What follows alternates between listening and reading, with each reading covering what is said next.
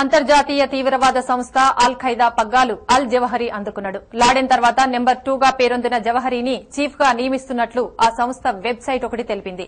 Laden మృతికి కారణమైన వారిపై ప్రతీకారం తీర్చుకుంటామని ప్రకటించింది. ఒసామా బిన్ లాడెన్ హత్యతో కుంగిపోయిన అల్ ఖైదాకు ఇక నుంచి అల్ జవహరీ పెద్ద దిక్కు కానున్నాడు. అల్ ఖైదాకు చెందిన ఓ వెబ్సైట్ ఈ విషయాన్ని అధికారికంగా ప్రకటించింది. అల్ ఖైదా తదుపరి పోరాటం జవహరీ నాయకత్వంలో కొనసాగుతుందని ఆ సైట్ తెలిపింది.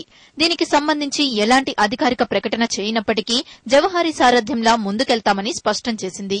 ఈజిప్టుకు చెందిన అల్ జవహరీ వయసు 60 సంవత్సరాలు. ఉన్నత చదువులు చదువుకున్న అల్ జవహరీ యువకుడిగా ఉన్నప్పుడు జిహాదీ ఉద్యమం వైపు ఆకర్షితుడైండ్రు. చాలా ఏళ్లు ఒసామా బిన్ లాడెన్ తో కలిసి పనిచేసిండ్రు. సెప్టెంబర్ 11 దాడుల సూత్రధారుల్లో అల్ జవహరీ కూడా ఒకరు. లాడెన్ చనిపోయిన తరువాత అమెరికాను హెచ్చరిస్తూ అల్ జవహరీ మాట్లాడిన టేప్ ఒకటి విడుదలైంది.